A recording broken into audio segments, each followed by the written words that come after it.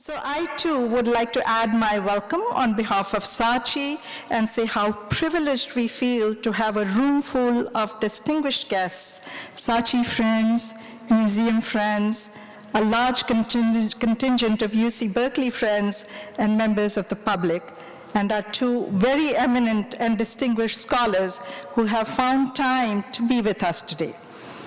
But first, we would like to express a very special note of thanks to our longtime host today and partner, the Asian Art Museum. We're so grateful to be working with Alison Wyckoff and Sally Lee in the museum's program department, who have worked really wonders and are the anchors for a very special afternoon at the museum today. A huge thanks to the Institute for South Asian Studies, UC Berkeley, for generating a very enthusiastic response, and they have been the publicity co-sponsors for today's event. And many thanks also for the AV help and all members of the Saatchi board who have provided exceptional support to make the event a success. Most importantly, our sponsors for today's program have lent critical support to materialize such a special event. They include AAM trustees Kumar and Vijaya Malavali. They are unfortunately not able to be here today because they're preparing for a major expedition to the Antarctica. And also museum trustee and Saatchi board member Betty Alberts and her husband Bruce Alberts, Bipin and Rekha Shah, Narpat and Chandra Bhandari, Shaista Ali, Raj and Helen Desai, Ajay Shah and Lata Krishnan, Sheila and Ketan Kothari, Yogesh and Smriti Shah, and Geeta and Ashok Vaish. Our heartfelt thanks to each one of you for your great generosity. Without your support, Saatchi cannot bring programs of this caliber, and we encourage community friends to be involved in the endeavor of enabling the highest quality programs through your association with both Saatchi and the Asian Art Museum. So today, we have this rare opportunity of presenting not one luminary, but two outstanding scholars who are renowned for their groundbreaking scholarship in South Asia studies and much more, and on a theme that has engaged them both in very special ways. The topic for this afternoon's discussion is Gandhi and the political Enlightenment. The timing for this discussion is uncanny. This fall, Berkeley celebrates 50 years of the free speech movement sparked by the seminal university protest movement of 1964. Some of you may remember that. And I want to read a letter dated September 10, 1964, authored by a former Berkeley student calling for a rebellion on the UCB campus. Go to the top, make your demands to the regents. If they refuse to give you an audience, start a program of agitation, petitioning, rallies, etc., in which the final resort will be civil disobedience. What better moment in time to reflect and celebrate Gandhi, the very figure that embodied the concept of nonviolent civil disobedience in very powerful ways. Chancellor Dirks needs little introduction as UC Berkeley's 10th chancellor. An eminent anthropologist and historian in South Asian studies, he moved from the University of Michigan to Columbia University to chair the anthropology department in 1997, following which he was executive vice president and dean of its faculty of arts and sciences. And reflecting on an interesting moment in the year of his move to Columbia, 1997, he was invited on August 15, 1997, the 50th anniversary of Indian independence, to appear on the Charlie Rose show to talk about this momentous event. Guess what? Charlie Rose wasn't quite the celebrity he is today, and not knowing who he was, the offer was declined. But today, the chancellor, rather inspired by Charlie Rose, has embarked on and initiated at Berkeley a vital conversation series called Berkeley Talks. And this afternoon, he will participate in one such memorable conversation with Professor Akeel Bilgrami. Thank you for being with us, Chancellor, and may I invite you to introduce our esteemed guest speaker, Professor Akeel Bilgrami. Please join me in welcoming Chancellor Nicholas Gay.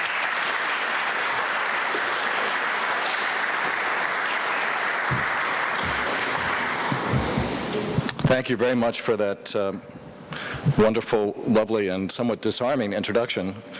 The truth of the matter is that on August 15th, 1997, I was unpacking my boxes that had arrived in New York, and I did get a call, and I didn't know, having lived in Ann Arbor, who Charlie Rose was, and I was much too tired to think about independence when I was simply trying to unpack the last box of books.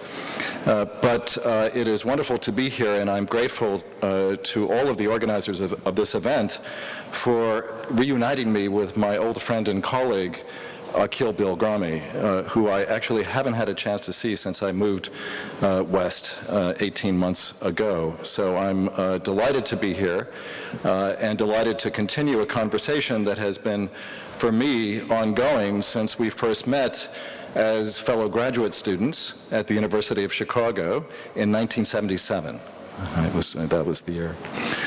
Akeel had come from Oxford, where he was a Rhodes Scholar, to study philosophy with the eminent philosopher Donald Davidson at the University of Chicago. I was at that time studying South Asian history, but given the interdisciplinary ferment of the times in Chicago, we were in fact in many seminars and discussions together. He introduced me to the critic Gayatri Chakravarti Spivak, who later became also our colleague at Columbia, and who was of course at that point translating the work of Derrida for American audiences. But the thing that is remarkable about our speaker today is that his versatility shows in the range of things that he has not only written, but the kinds of provocations he's made across many media, across many fields, across many disciplines. He is currently the Sidney Morgenbesser Chair of Philosophy at Columbia. He was, until recently, the Johnsonian Professor of Philosophy at Columbia. Not many people actually hold two such distinguished chairs, but there was a clamor, and I can say that because I was in the dean's office at the time, to have him sit on as many chairs as we could provide. And was at the same time someone who played an important role in convening discussions of this kind across many of the organizations that were part of Columbia. He was chair of the philosophy department for quite a number of years in the late 1990s. For 7 years, he directed the Heyman Center for the Humanities, and it was a wonderful 7-year stretch. And no sooner did he step down from that than he has accepted to be the new director of the Institute for South Asian Studies. He was also a founding a member of the Committee on Global Thought, and again has been in many conversations of this kind with such eminent interlocutors as Edward Said, which he did on many occasions, and I believe just last week with Salman Rushdie.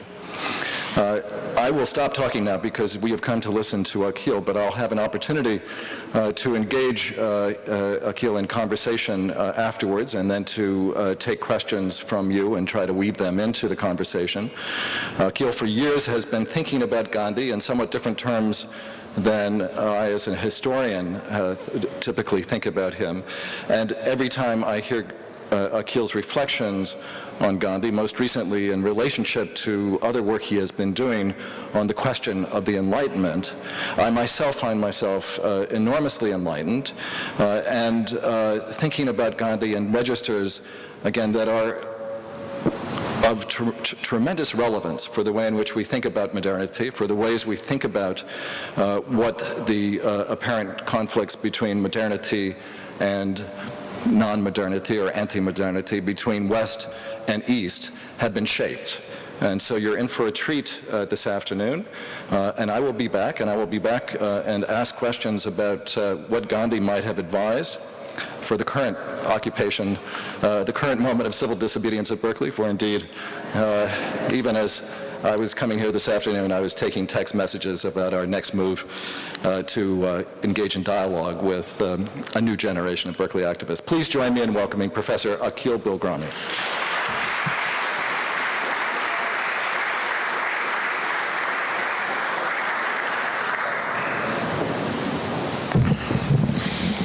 Well, thank you, Nick. I was just thinking as you were speaking, what on earth are we two Chicago boys doing here in this corrupt, beautiful, sunny climate? I'm going to speak about Gandhi's philosophy. As Nick said, I'm really not a historian. I teach and study philosophy, and so I'm going to focus on Gandhi's ideas, and I want to start by noticing that there's something very remarkable about Gandhi's relationship to Europe and to the West, in that he was one of the first to ask with confidence and without any feeling of pressure or inferiority what he would make from a perspective of the South about European and Western civilization. It's an interesting thing that somebody like Edward Said, who was a colleague of Nick's and mine, and whom had a very big impact on the academy and on issues of colonialism, Said kept asking and superbly analyzing what it is that the West's conception of the South or the Orient, East, was. And he had remarkable critical perspective on the West's conception of the South. But Said never, and this is a curiosity, he never asked the question, well, what does the South think of Europe and its civilization? He never asked that question, because he was very concerned with the West's conception of the Orient, but he never asked, well, what do we think of the West? Gandhi asked that 100 years before Edward Said in a book, Hind Swaraj, but he thought and asked that question all through his adult life. And I want to present some of Gandhi's ideas, not in a textual or exegetical way, but to, as a philosopher, try and construct a perspective of the South on the Enlightenment and the European West from that point of view. And it's a very fascinating fact that a number of Gandhi's ideas were in many ways echoed and anticipated by dissenting voices in the North or the West itself. So let me begin by first pointing out that Gandhi never embraced or made central two ideals that were absolutely central to the European Enlightenment and continue to be central to Western thought and societies, which are the ideals of liberty and equality. From the perspective of the South, in Gandhi's particular case, it was his Gujarati Vaishnavism, it was his commitment to Bhakti traditions, and of course his smattering of reading and deep feeling for spiritual traditions of the West as well. Liberty and equality, which was so central to political thought of the West, never figured in Gandhi's ideas at all. And in fact, they do not figure in the folk and spiritual traditions of the South, by and large. Now, Gandhi went further than noticing that they were not central to the South. He pointed out something which should be obvious to anybody who steps back sufficiently from Western thinking and takes a distant and detached look at it, that as soon as these two great ideals, and who can deny they're great ideals, as soon as these two ideals were articulated in the West, they were immediately developed theoretically and methodologically along lines which made it impossible for them to be jointly implemented. That is, as soon as these two ideals were articulated, they were developed, conceived along lines such that they were in an irresolvable tension with one another.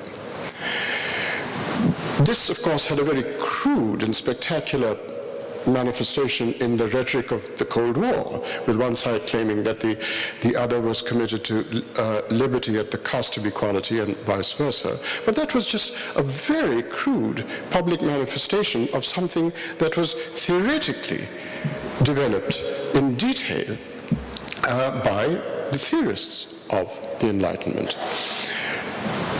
So, two great ideals, immediately as they were articulated, they were seen as being in a kind of zero-sum tension with one another. Now, from the perspective of the South, this seems like a very bizarre thing, that here is a part of the world in which two admirable goals are articulated, and they were immediately said to be jointly unimplementable. And this continues to our present time.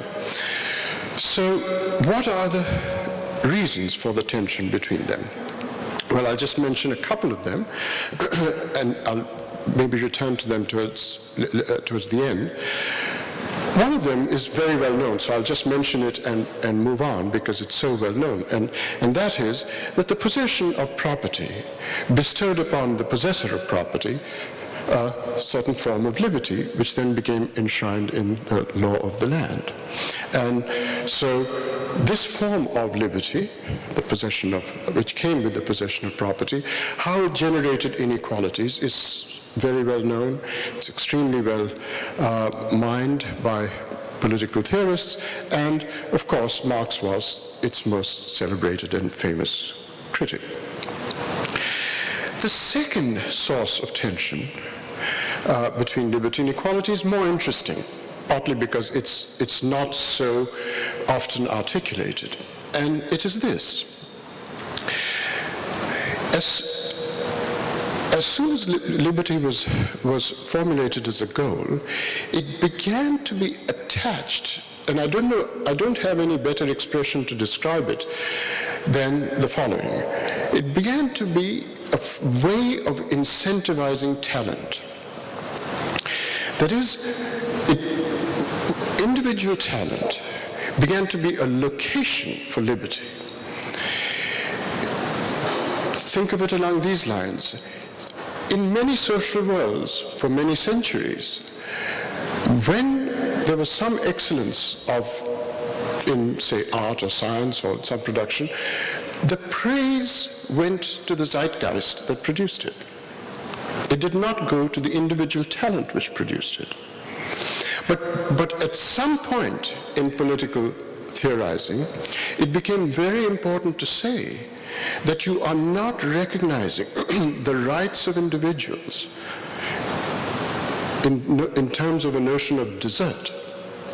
You're not recognizing the rights of individual if you do not praise the individual and allow her or him to reap the fruits of her or his talent, right?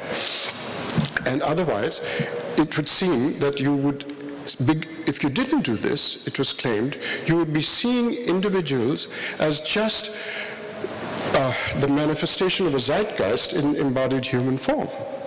Right. So if you were to recognize individuality, you would have to recognize talent, and you would have to allow individuals to reap the fruits of their talent. And this is, it's everywhere amongst us. I mean, I don't have to recount the ways in which it is, there are prizes for individual production, there are endorsements for excellence in sports, there are bonuses for Wall Street employees, and so on and so forth. You remember at the time when of the financial crisis, when people said, well, we've got to cut the bonuses of these Wall Street investors, there was an outcry which said, you will deprive us of our talent if you don't allow us to give bonuses. To which the obvious response was that if the talent got us into the mess of the crisis, maybe we should have some mediocrity. But, so here is the idea that individuals must be allowed to reap the fruits of their talent, and how this generates inequalities is obvious, and this is a very deep psychological part of our sensibility to think this way, and I think you would be considered a hysterical egalitarian ideologue if you thought that one should not do this. So these are the standard ways in which the notion of liberty generated inequalities. And they're so deeply part of the way we think about liberty that I think it's fair to say that if one were to start thinking of liberty and equality as jointly implementable, we would have changed the meanings of the terms. That is, we could not really think of liberty and equality as meaning what they have come to mean through the political theory of the last 2-3 centuries, and think of them as not being in tension with one another. So in a way, what I'm going to try and present to you is what the philosopher Thomas Kuhn called a paradigm shift. That is, just as with modern physics, let's say with Einstein's physics, the term mass, even though modern physics retained the term mass, because of the apparent paradigm shift by the time of modern physics, the term mass did not mean what it meant in Newtonian mechanics. So that's the sort of thing I think we would have to try and construct, a kind of paradigm shift, if it were to be possible to think of these two notions as. And I think some of the ideas in Gandhi make possible the beginnings of this kind of paradigm shift, where you might reconstruct a political and social philosophy in which liberty and equality were not at odds, but then it was because there was a real shift in framework. So what is that shift? Well, if you look at Gandhi's writing, liberty and equality don't play much of a role in it at all. And so here is the lesson I've learned from it. And that is, just remove liberty and equality from center stage in our social and political theory, as you might begin to think of it from the perspective of the South. Just remove it from center stage. Remove both of them.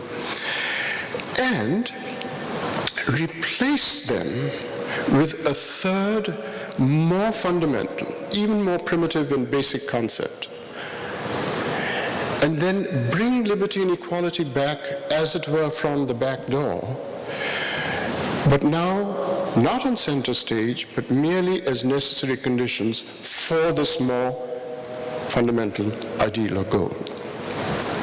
And that ideal or goal, to be put on center stage, if you look at Gandhi's writings and many of the other spiritual and folk traditions that he was tapping, that more fundamental ideal, I think, is the ideal of an unalienated life.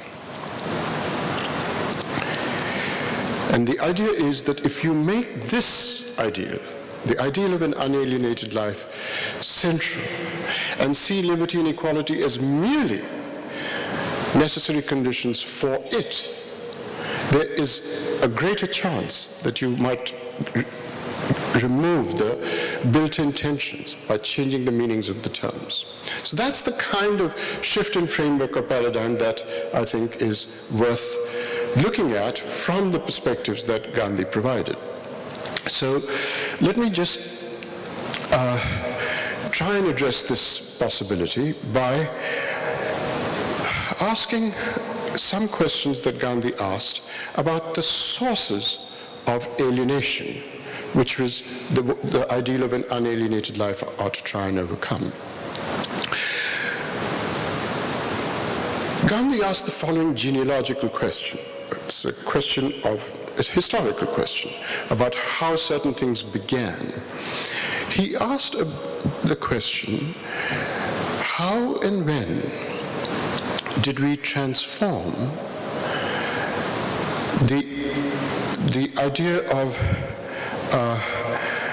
merely living in the world to the idea of control and mastery of the world? That's a question that was central to Gandhi's thought. How and when did we transform the idea of living in the world to a different idea, which is pervasive, which is how do we master and control the world? Now, this is a question that it's very hard to answer at this level of generality. So Gandhi really broke this question down into much more tractable, specific questions. And if you look at a vast corpus of his writing, 100 volumes, I have found that you can break the question down into 4 different questions. No doubt other scholars will find other formulations, but these 4 seem to me to be central to his thinking. The first is, how and when did we transform the concept of nature into the concept of natural resources? And you'll see in this question an echo of the more general, very difficult question, how and when did we transform the concept of the world as a place to live in into a place to master and control? Right? So the first question is about the transformation of nature into natural resources. The second question, which is really a sort of a highly original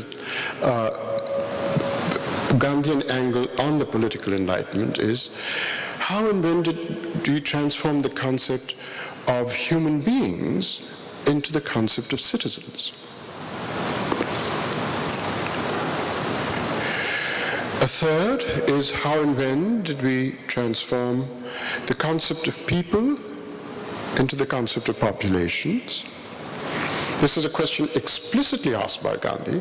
It, of course, later was developed along very specific lines by a philosopher like Foucault. But it's a question that Gandhi asked. And a fourth question, which really went deep in his thought, is how and when did we transform the concept of knowledges to live by into the concept of expertise to rule by?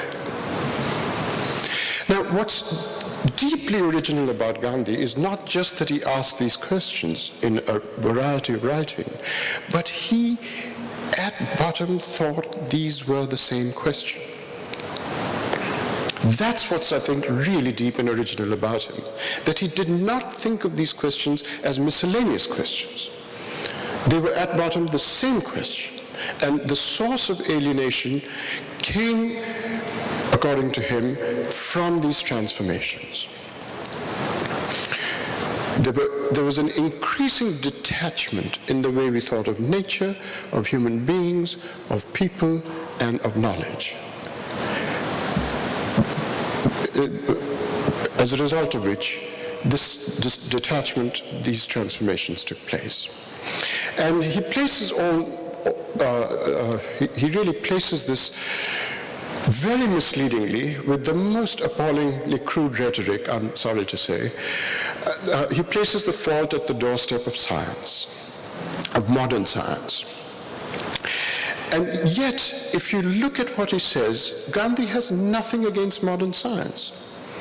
He never, ever claimed that the laws, say Newtonian laws, were false. He never claimed that. He thought it would be an impertinence to claim that. But he did, however, place the fault line in saying, this is when it happened. The genealogical location was that with the rise of modern science, he claimed that science was elevated to not just explaining the world, but to an outlook. And that outlook, he felt, made us see the world in these detached ways such that these transformations took place. So it's not science that he had anything against, but a certain elevation of science to a central place in our culture such that this change towards a detached outlook emerged.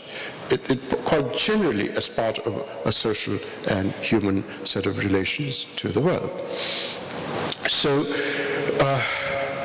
just a few quick points to convey some of his ideas on this. One of the things he was most committed to was part of the Bhakti tradition's understanding of nature, which is that nature was sacralized. And he thought it was in the 17th century, at some point in the 17th century, that nature was very deliberately, through a series of intellectual moves, starting in England, but then moving to Netherlands and the rest of Europe, that God, who for many traditions of popular Christianity belonged, was present everywhere in nature, was removed to a place of exile in some providential outpost. And in Newton, this became absolutely clear that nature was brute and inert and purely material. As in the Optics, Newton says nature was stupid. And that motion came from an external Archimedean push from the outside, because nature was inert and brute. And this overturned a whole sort of widespread way of thinking of popular Christianity, in which God was everywhere and motion came from an inner source of dynamism, which was God's presence in nature. So this debate, which came with the exile of God, echoes exactly what Gandhi was saying about how, through colonial rule, nature was being transformed into a resource where people were going to take from nature with impunity, precisely because the colonial masters were declared that it was a form of backwardness to think of nature, to stop oneself from taking with impunity from nature because of outmoded ways of thinking about sacralized nature. So that was one strand. And of course, we might not think that nature is sacralized. I mean, I can't think of nature as sacralized myself today. I must confess to being an atheist, so I couldn't possibly think that. But the fact nevertheless remains that there's a secular counterpart to nature being sacralized, which is that nature has value properties in it. But that just means going against a picture that emerged in the late 17th century, which is that nature contained nothing that the natural sciences cannot study. That's what nature came to be defined in the 17th century. And that excluded not just a sacralized nature, but as natures containing value properties, because natural sciences don't study value properties. So a completely secular view of the enchantment of nature needn't think of nature sacralized, but would think of nature as containing value properties. You can be an atheist and believe that, but you cannot, if you believe that, think of nature as giving over to natural sciences exclusive coverage, because natural sciences, it's not the business of natural sciences to study value properties. And Gandhi said it was a superstition of modernity. It was a superstition of modernity to think that nature cannot contain anything that the natural sciences cannot study. So that's one angle on what made the transformation of nature into natural sources.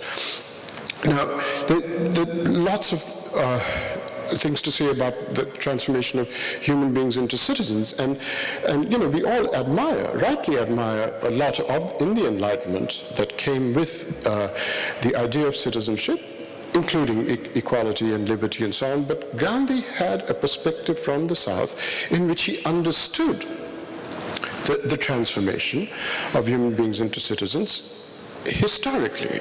And his idea was something, his genealogical analysis was something like this. He said that this transformation occurred because sometime in the 17th century, he's explicit about this, by the way, sometime in the 17th century, Europe lost the justification of the power of the state that it had for centuries, which is the idea of the divine rights of kings and queens. Right? That was how power was, state power was legitimated and justified. But in the 17th century, just about the time of these other transformations that I mentioned, that justification lapsed. So a new form of justification was needed. And he pointed out, again explicitly, that this form of justification was generated not through theology, as the divine rights of kings was, but through political psychology. And the idea was something like the following. After the Westphalian peace in Europe, a certain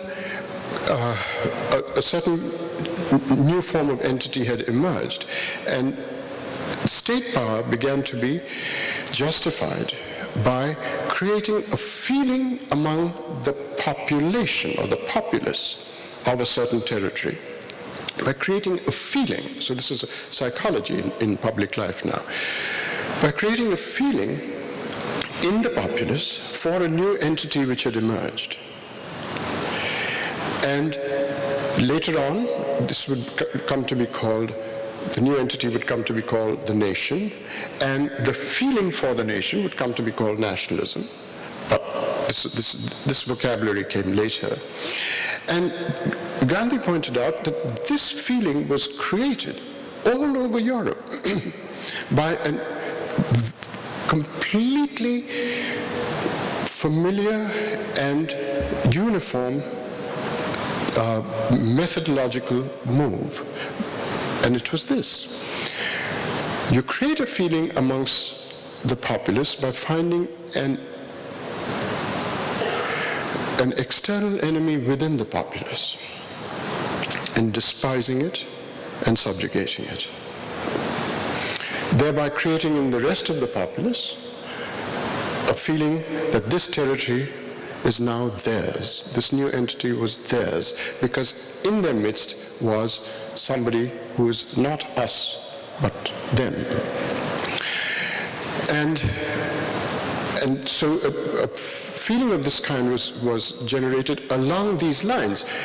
And when new forms of discourse emerged, like statistics and so on and so forth, to understand social life, this began to be called majoritarianism and so on and so forth. But that's just a later development. And so Gandhi pointed out, this is the origin of citizenship.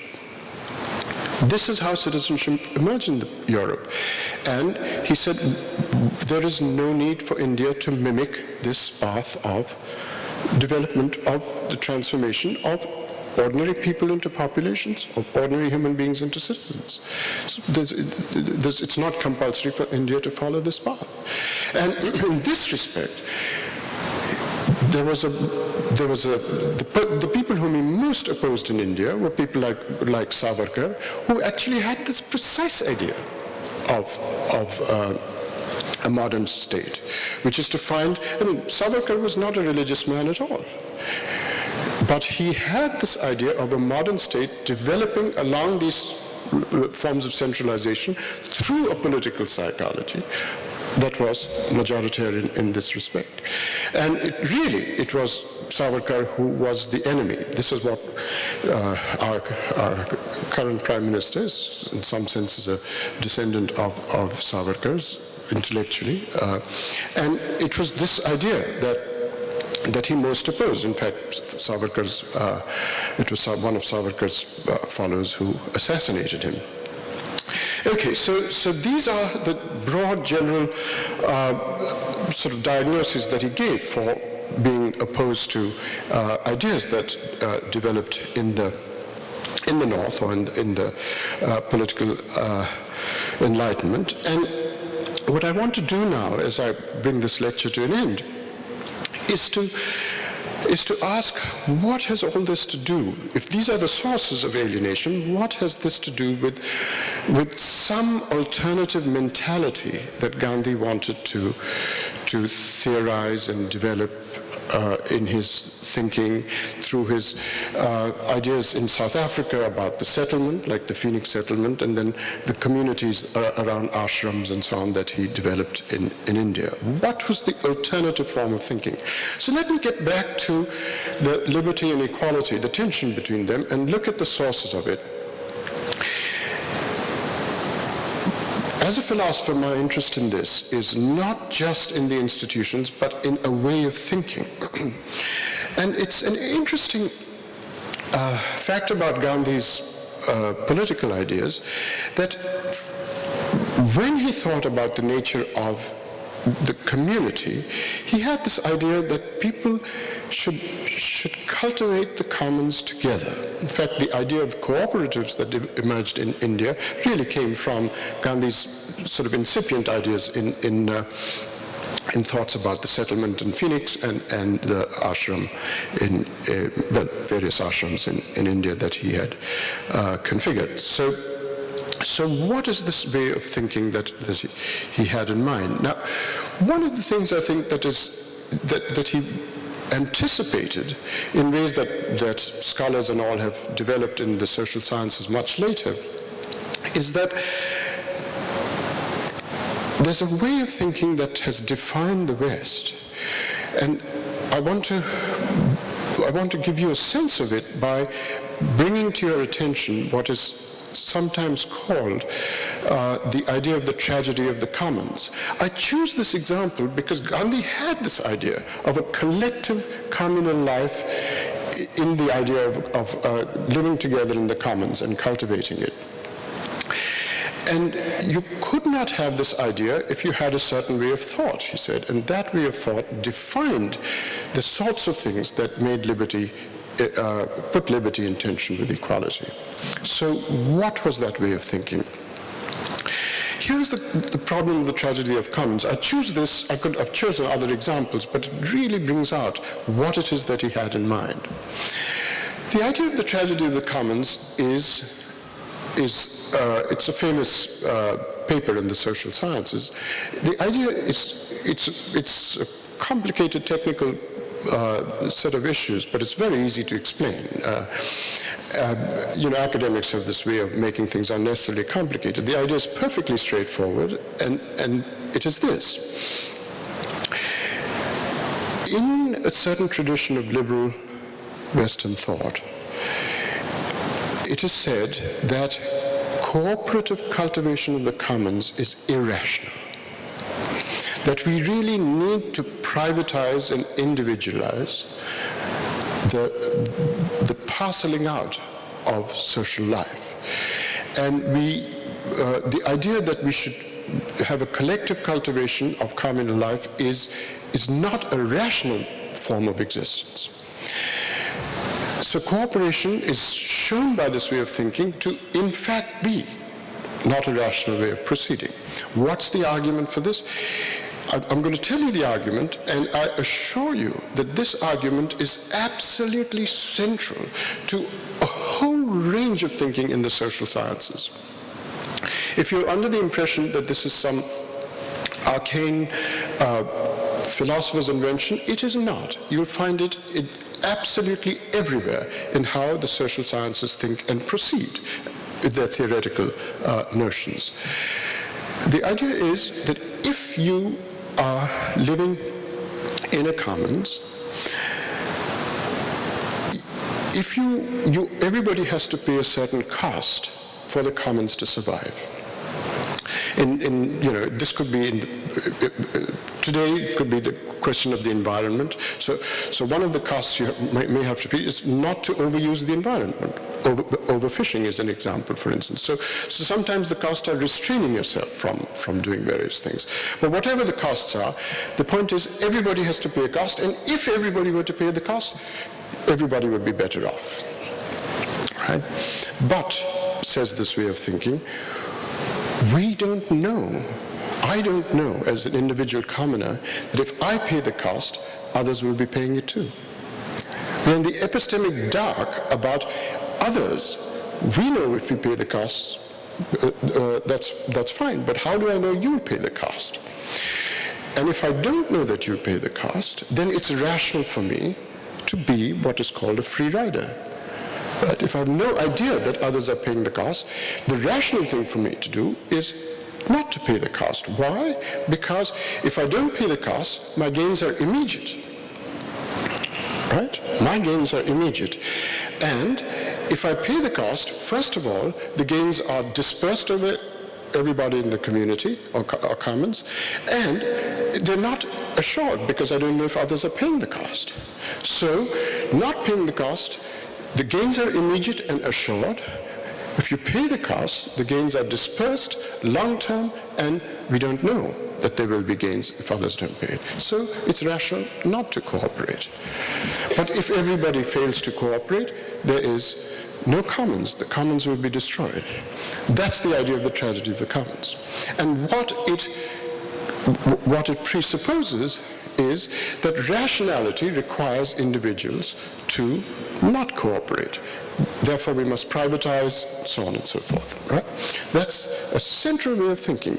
If you go to economics departments, virtually look at any of the recommendations for how to set up economies and social frameworks, this assumption is made, that it's not rational to cooperate. Well, let me return now to the question of alienation. The idea of an unalienated life is the idea that if you even so much as ask the question, you see, just before I give you the punchline, let me say that there are lots of philosophers. So Noam Chomsky, for instance, has said, look, people have misunderstood the argument. And Elinor Ostrom, the economist who just won a Nobel Prize a few years ago, they both say, it's not as if the paper Tragedy of the Commons was setting up for Homo economicus of this kind. Rather, it was saying that what we must do is police and punish people who do not cooperate. That was the point of the idea of the Tragedy of the Commons. It was not an argument for privatization. It was an argument to police and punish non-cooperation. But that is a shallow response from Gandhi's point of view. From the point of view of the spiritual and folk traditions of the South, that response is shallow. It's tinkering with the problem. Why? Well, in my view, it's shallow, and I think Gandhi, this I'm constructing on Gandhi's behalf, he didn't say this. It's shallow because the same way of thinking that gave rise to the problem of the Tragedy of the Commons would arise for policing and punishment. Why should people cooperate with policing and punishment? If they can get away with bribing, if they can get away with mafia-style threats, they could avoid policing and being punished. So it's the same problem that gives rise to the Tragedy of the Commons that will arise again if you don't actually provide an alternative to the way of thinking that got into them. Right? So you can't just retain the form of thinking. From Gandhi's point of view, you can't just retain the form of thinking and then try and give piecemeal solutions like policing and punishment, because the same way of thinking emerges to undermine the very idea of policing and punishment through bribes and threats and so on. So, what is the underlying way of thinking that's wrong? And my reading of Gandhi, and I think he's perfectly explicit, his idea is that if you even so much as ask the question in an ashram or in a Phoenix settlement or in a commons, if you even ask the question, what if I pay the cost and somebody else doesn't? You're living in an alienated scenario. To even ask that question is to be alienated. That's an alienated society, to even allow that question to come up.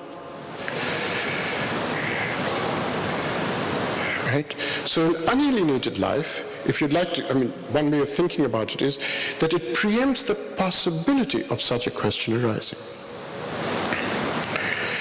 I'll end with an anecdote that my father and I, when I was a kid, I used to be taken for long walks by my father in a part of Bombay, which is now skyscrapers, which used to be a beach called Cuff Parade. Nick will remember it because Nick used to go to Bombay. And my father and I were walking once, and we came across a wallet which had some rupees sticking out of it, lying on the beach. And my father said, "Akeel, why should we not take that wallet?" It was a slightly pompous interruption of the walk. And I said, "Let's take it." I said, "I think we should take it." So he was annoyed, and he said, "Well, why should we take it?" And I said, "Well, if we don't take it, somebody else will take it. So let's take it." And I thought he was going to get really annoyed, but he suddenly got this very magnificent look on his face, and he said something which I thought was completely illogical. I had said, "If we don't take it, nobody else. If we don't take it, somebody else will." And he said, "If we don't take it, nobody else will." And I had no idea what he was saying. I thought this was just absurd. And yet, when I was thinking about Gandhi decades later, I realized that what he was saying was really a very Gandhian thought, which is that there's just a mentality of being unalienated in which you just assume. The kind of social life in which the dilemma, which is sometimes called prisoner's dilemma, the dilemma raised by the tragedy of the commons, the question, what if I did it and others didn't, would not so much as arise. That was the point, I think, of what he was saying.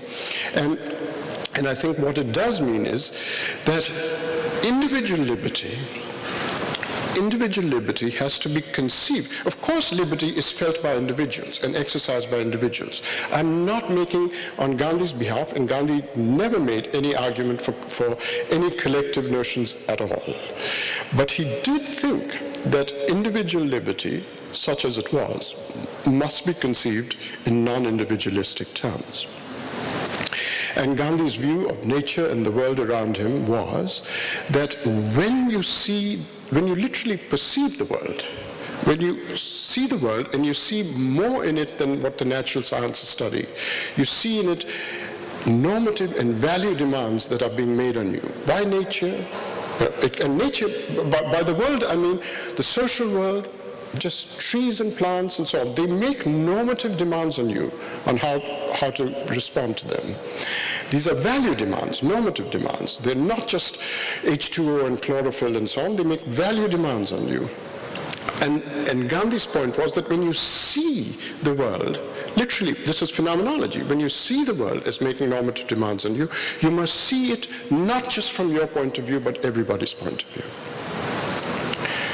I was teaching my daughter how to drive a car, and I noticed that when I was looking at her to tell her things,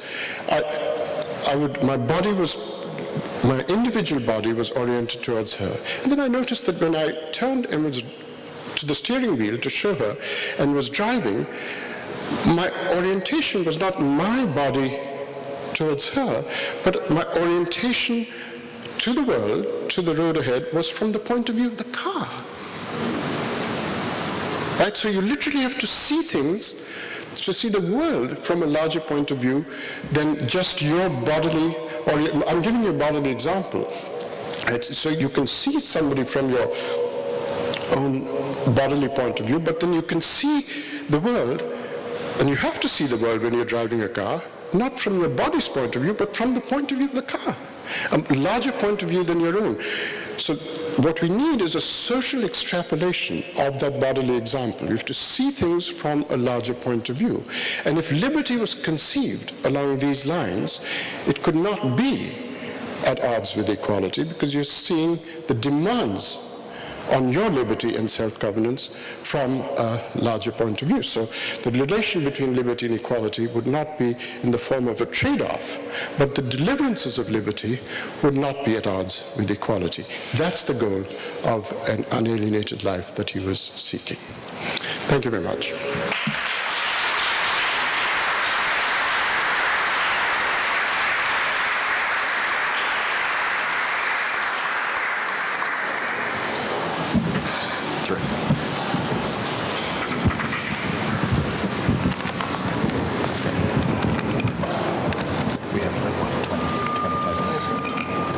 So you can get a sense already of what I promised, which is that you're going to have the opportunity, you've just had the opportunity to listen to an extraordinary set of reflections, thinking about Gandhi in relationship to some of the most I think critical questions of our time, but in relationship to some classical issues and the way they've been posed in Western political philosophy. So I'm going to ask a set of questions, and then I think you all have cards on your seats, and somebody will be collecting them over the course of the next 10 minutes or so, and I'll get them and try to ask some additional questions from you.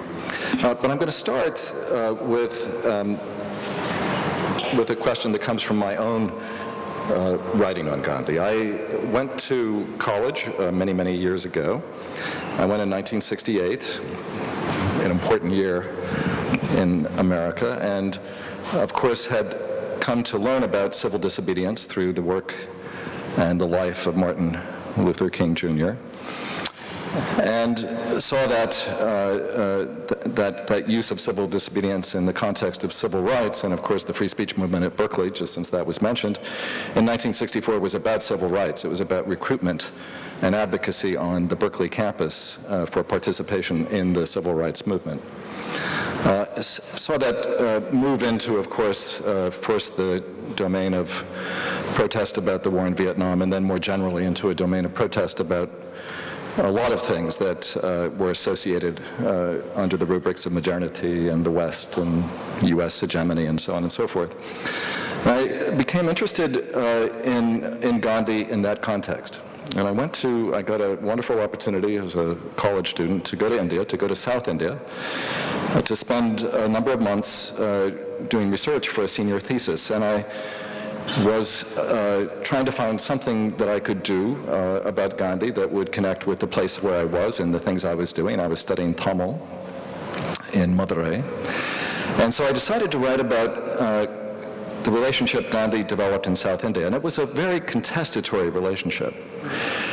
He came to Madras several times between 1919 and 1922, a time when, of course, civil disobedience, at that point the non-cooperation movement was at its height, when his return to India had catapulted him, from South Africa, had catapulted him to a position of leadership in relationship to the nationalist movement in the Congress, and a time when the British, for the first time, were seeing the extraordinary power of Gandhi's techniques of mobilization, of civil disobedience, of national protest. But when he came to South India, he was asked a number of questions immediately upon his first visit in 1919 about the roiling political questions that were most relevant in the South at the time, namely about caste. And he replied by saying, the problem with caste is that it has been degraded into a political struggle.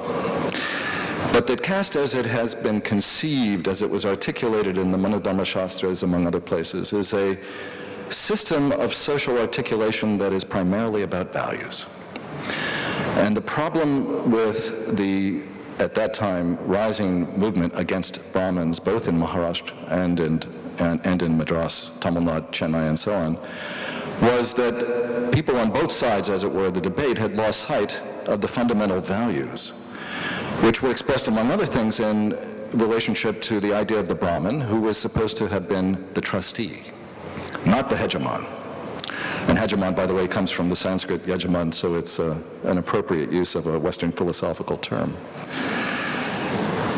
He was, of course, pilloried by the non-Brahmin movement. He was seen as somebody who was committed to inequality, which is why I'm asking this question. And of course, in the political context of the time, one could say that one of the reasons he was doing this is there were lots of Brahmins in the nationalist movement, one. Two, that to focus on conflict between and among and within the Indian population was to take away from the need to mobilize national and therefore collective support for the protest against the British, not to squander that by internecine quarreling. But he also had a philosophical point, and it was a point that was completely lost in that context. So I wondered if you could just say a few words about caste, since that obviously is the relevant form of inequality in India. Yeah, Nikhil, I think you're right to raise this because it's such a vexed issue. And, now there are these invectives against Gandhi that you find in recent writing, including by Perry Anderson, on the question of caste. And you're certainly right that it's not.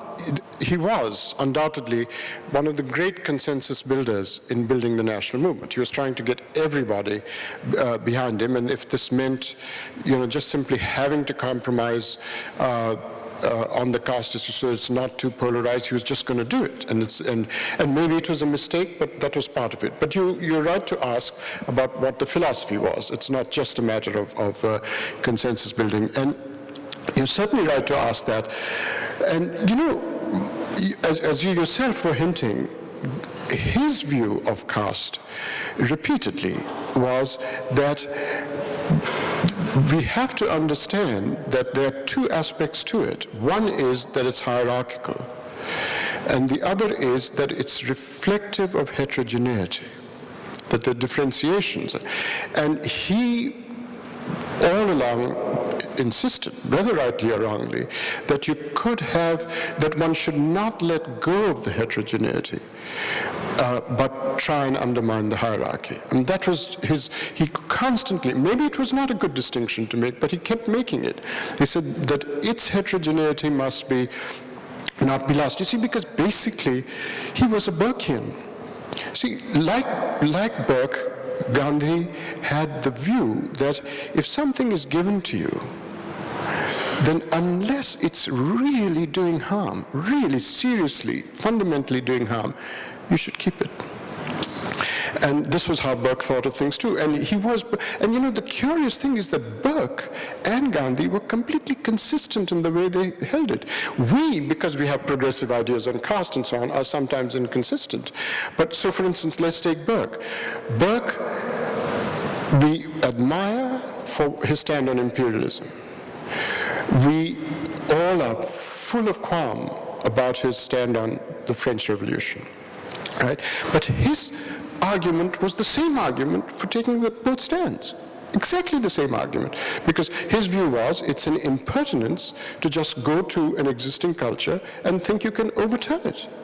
Whether it's done by an imperial state or by a revolutionary mobilization, it's just an impertinence, right? And so Gandhi too was sort of consistent about caste. It's just that we sometimes think, given how actual politics develop, these distinctions between, philosophical distinctions between heterogeneity and it's just not workable.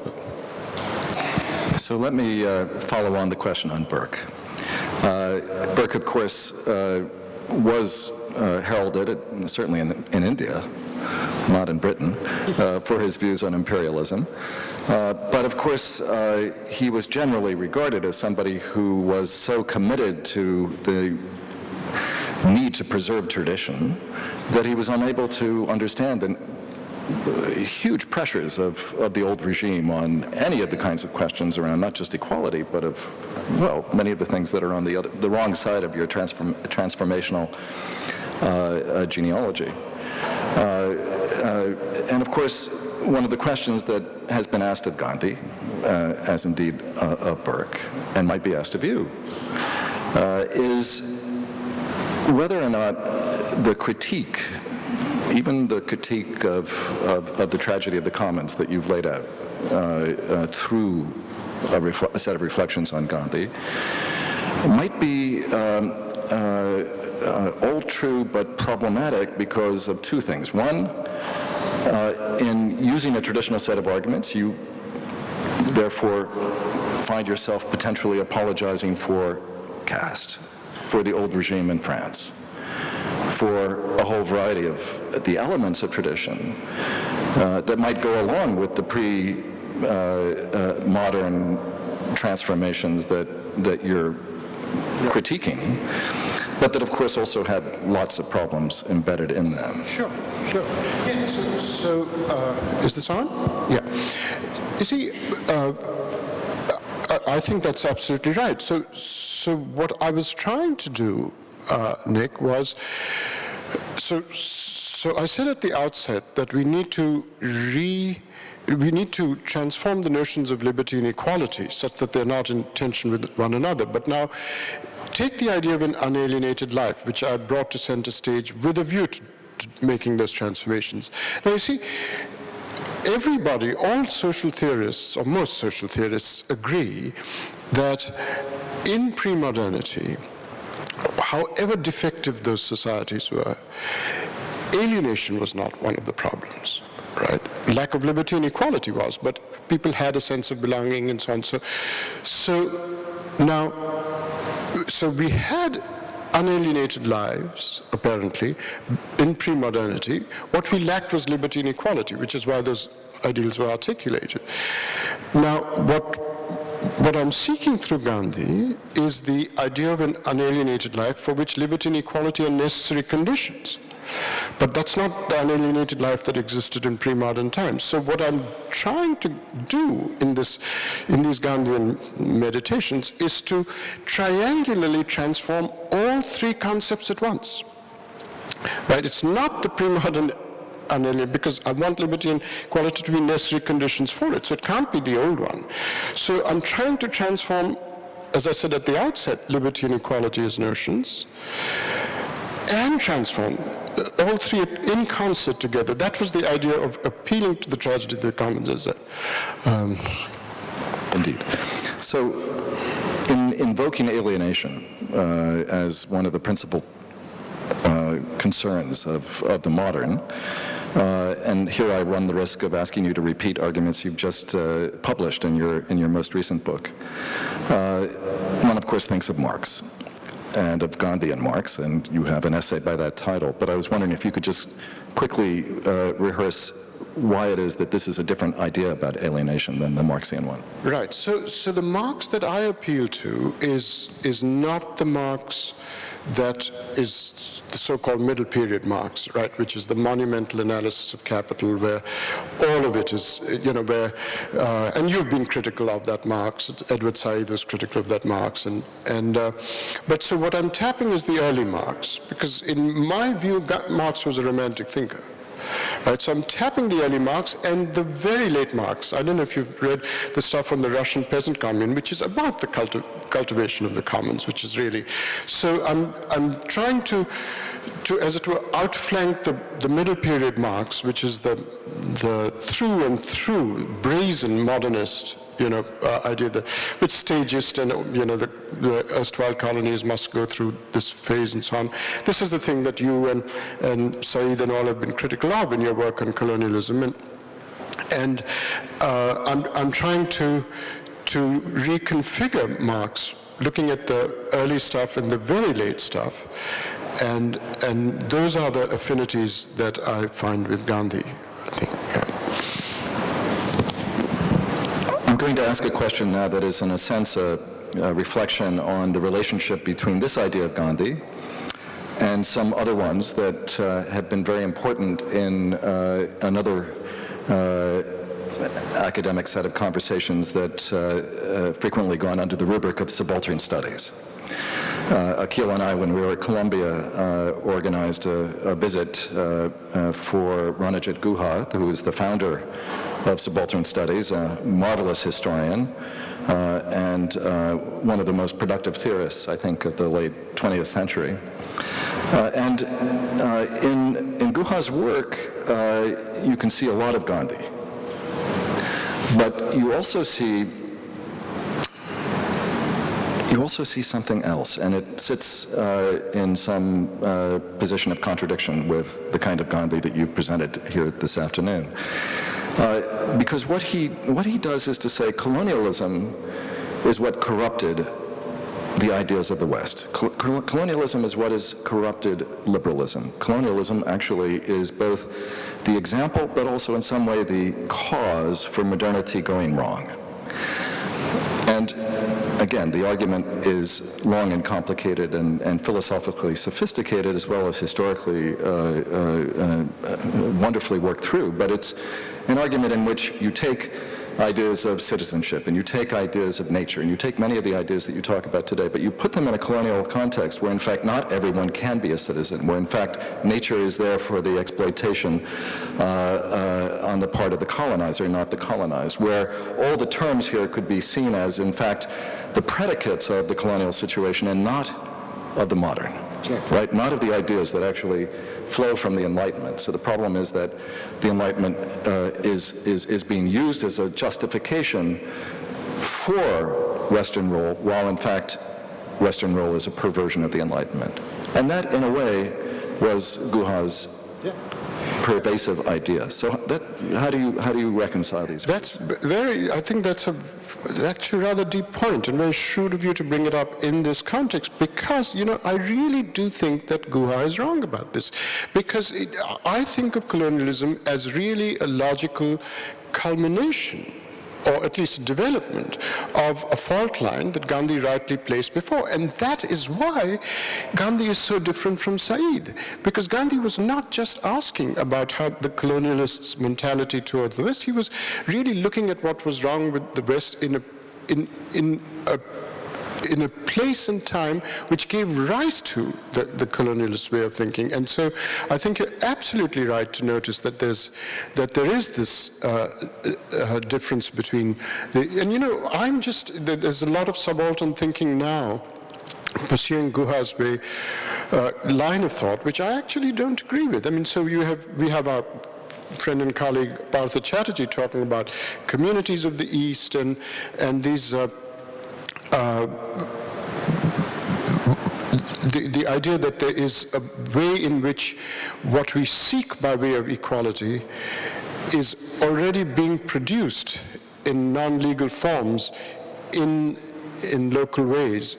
And I just simply think that's complacence, because I really don't think that there's any serious safety nets being provided. Every example that Partha Chatterjee gives is an urban example, right, of these happening. 60% of India, if not more, is still a rural thing. People are being displaced in the countryside to create cities. Those are not being addressed by these things, but this is, if you take the problem to be not as deep and coming only from colonialism, you will not notice that there's a much more radical set of issues at stake.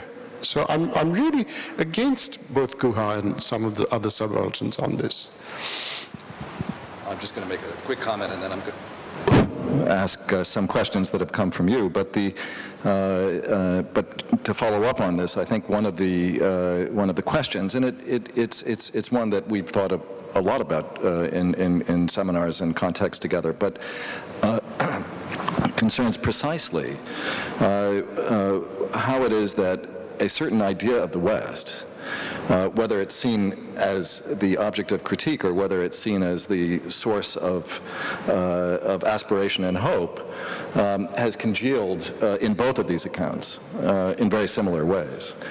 And what Akeel is doing here is trying to use Gandhi and I think invoke Gandhi's uniqueness appropriately to construct a very different set of genealogies that cross-sect with, sometimes that anticipate and other times that actually echo a strain of thought within the West that became overtaken, and is overtaken in both of these accounts, right? I mean, do you want to just say a word about that? Or? So I agree. In fact, I really do think that a way of being cosmopolitan and a way of being contemporary is to actually see the possibilities for criticism of the present in lines of thought, and this is the cosmopolitanism, in lines of thought that are an alliance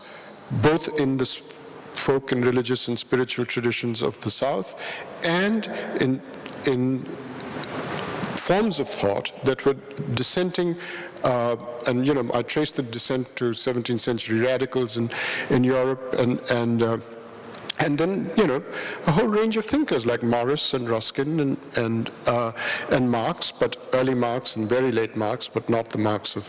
And so the cosmopolitanism consists in making alliances between the folk and spiritual traditions of the South, which were never contaminated, at least in thought, by these orthodox Enlightenment ideas and dissenting traditions of them.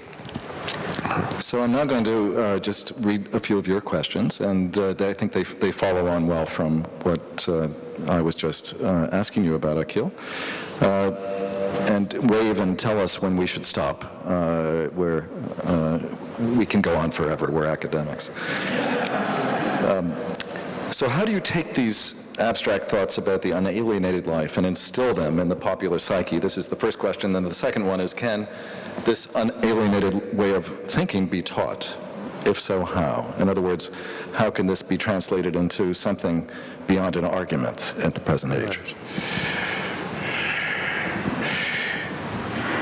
I think that when we try and understand our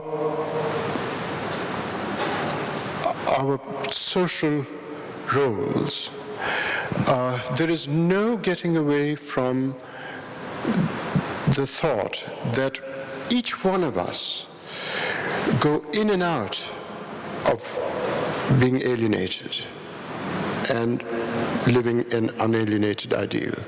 I think it's this, the psychologists call it the frame problem, right? We think in different frames, and we don't know that we are being inconsistent because there's a boundary between the two frames, and we don't ever know we don't ever see things in a unified frame. So much of our thinking is quite unalienated in our quotidian, everyday responses to one another.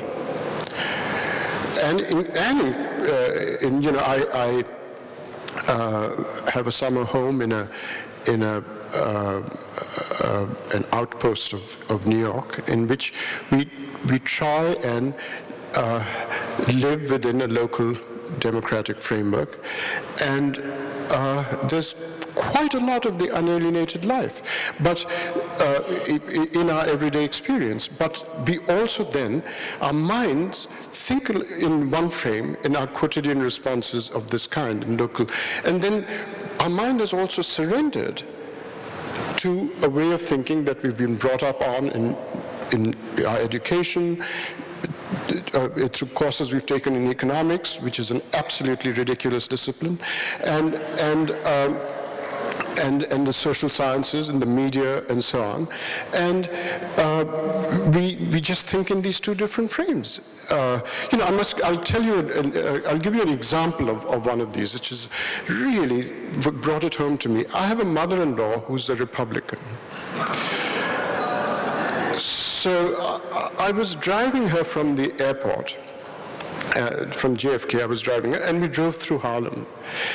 And so she saw some of the conditions of life in Harlem, and she said, Akeel, but this is terrible. We must do something about this. You know, I mean, how can people live like this? Everything is boarded up, and there's people on the streets, and they're freezing. And so we go home, and we arrive in my flat, and I fix her a drink. She's a Protestant, so I fix her a martini. I'm a colonial, so I fix myself a scotch. And we're sitting and talking. And I said, Dorothy, that was wonderful what you said. And so do you think we should raise taxes and spend some money on it? Absolutely not. I mean, and she had no idea that she was being completely inconsistent, because she just thinks in two frames. And I think we all are like that. So one of the questions we have to ask is, how do we scale up our quotidian frame of thought? And I think that's one of the hardest questions. And the question that you pose, one of you posed, is where does the public education occur, where we can have a sort of, can convey the importance of, and I think all public education in our time and in our place does not happen in classrooms. It does not happen in the editorials in the media. It really happens only in movements. I mean, the civil rights thing, all of civil rights, you know, editorials were written on racial equality, professors spoke about it in classrooms, but until it went out on the street, nobody was publicly educated in questions of civil rights. So all the deep questions, really, I think the public education, the question you asked about how do we convey it in public education, I think the deep and fundamental questions in this society have always been public education has happened in movements and not in hugger-mugger in classrooms or in well, at Berkeley, that's true. You gave me that line. And in fact, I was going to say that in reference to current debates and the current occupation, the issue, of course, at this point is a projected tuition increase at the University of California, which is necessitated because of the diminishment of the state investment in the University of California, indeed in the whole system of public higher education. When I hear public education, I of course think about my day job, and in that context, you know, the great debate right now is between those who see education as a private good and those who see it as a public good, and it's certainly a private good in all kinds of ways. But when it ceases to be a public good, then one thinks, increasing numbers of people obviously think, if my child doesn't get in, I'm not going to pay. And only the ones who do get in should pay. And those who get in, of course, are still held by the idea that there's something about this that does harken back to the day when the state did pay. But I'll leave that to the side. I want to ask a different kind of question from one of you. Could you please comment on the role and influence of the Upanishads and the Bhagavad Gita on some of the key principles underlying Gandhi's political philosophy, notions, for example, of work without the expectation of reward, as is conveyed in the Gita, or notions about renunciation, as, for example, in the Isha Upanishad? Yeah, so sacrifice was a very important notion for Gandhi, and even if it means sacrificing your family, as it's a big theme in the Gita, and I really, his idea was that there can be no moral commitment unless you're prepared literally to put your life at stake for it. His idea, you know, Gandhi did not have an ethics of principles. He did not believe that principles were central to the moral life. He just thought being an exemplary person was the right way of thinking about morals. And you need not elevate things into principles, because principles, by the lights of principles, you're always going to be critical of others, see people as transgressive. And so he replaced an ethics of principles with the idea of an exemplary life, and all the important figures in the popular mythologies, which is, you know, the Puranas and the Mahabharata and all were for him exemplary figures. But one of the things about renunciation and the whole brahmacharya ideal in Gandhi is it's very hard for us to make any real sense of it. But there's been very interesting work being done by scholars of Islam, for instance, about forms of dress and pieties that the practices of piety and I think that is an extremely interesting way of trying to understand, and I think you have to take a similar route and try and understand Gandhi's ideas about renunciation and even renunciation of physical sexual lives, and his idea was.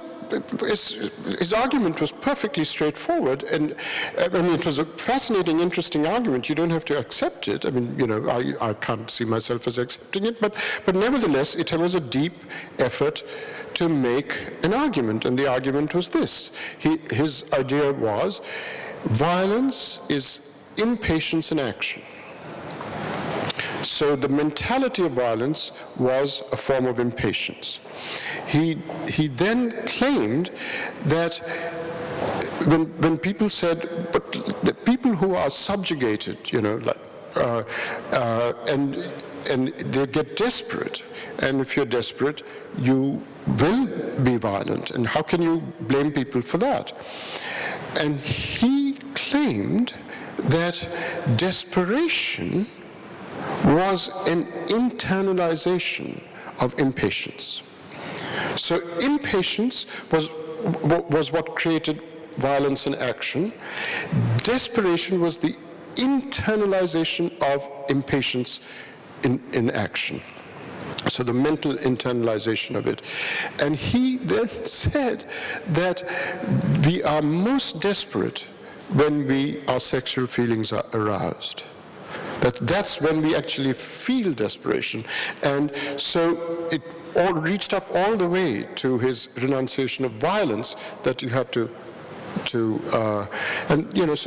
it was a set of arguments. You may disagree with the steps, but he was grappling with issues of violence and nonviolence, which is why he made the claim. So it's not an isolated fad. It's absurd to think it was a fad. So I'm going to ask the last question for our at least formal conversation. This is a question that notes that the commons, in quotation marks, in India are typically ill-kept and dirty when compared with the West. How does that square with Gandhi's own, or at least your use of Gandhi to critique the idea that the commons is something that simply cannot be seen without that relationship to the individual calculation that goes into the free rider theorem and the rational choice dilemma, and indeed the kind of sense of the individual which is so fundamentally at odds with Gandhi's philosophy. But is this something that is sort of completely exogenous, in fact, to India? Yeah, so, right, we find this critique of the commons, I think, excessive. I mean, but I think we find it excessive because we've really been brought up on social science, especially in this country, even worse than Europe and say, England. In this country, the social sciences, especially economics, have created a certain construct of human mentality and thinking. And to this day, I mean, it's, I really want to say how much I recoil from this way of thinking. Economics in this country is really an absurd discipline. And the reason is that the most sophisticated minds in the university come up with the most sophisticated and high-powered models to say false things. This is widely known. I mean, so take something like the idea of the tragedy of the commons, and the idea, which is once you privatize, then the only way to get equality is through the idea of a trickle down. I heard just the other day somebody give a talk on trickle down economics, with a fantastically watertight systemic model for how it would work. Wealth has not trickled down to where it's supposed to trickle down in the history of political economy. Never. But you still find everywhere. So here is a subject in which you say things which have been demonstrably falsified. And if you said it in physics, you'd be a laughingstock. In this subject, you get a Nobel Prize. So now you have. So you have a way of thinking, and what Gandhi was really claiming was, you just have to provide an alternative kind of mentality to this. And when so in my analogy, the tragedy of the commons is like the tragedy of, in the physical case, the car crash. If I were to drive the car with an orientation on the world which is my orientation towards you now, right, I would crash the car. I have to see it from a larger point of view. I have to see it from the point of view of the car if I'm going to actually navigate the road, right, rather than the kind of orientation. If we have a social version of that, I'm saying you don't need all these completely false ideas about trickle-down and so on. The deliverances of self-governance and liberty so conceived wouldn't be at odds with equality. That was the idea of the tragedy of the commons. It's the mentality that he was trying to present. And if I'm right, the tragedy of the commons is like the tragedy of a car crash. And, we perfectly understand that in the case of the bodily example. We just need to find a way of understanding it in the social case. We hope that you'll be able to stay with us and ask more questions in the reception. But before that, please join me in thanking Professor Akeel Bilgrami for a fabulous lecture and conversation this afternoon.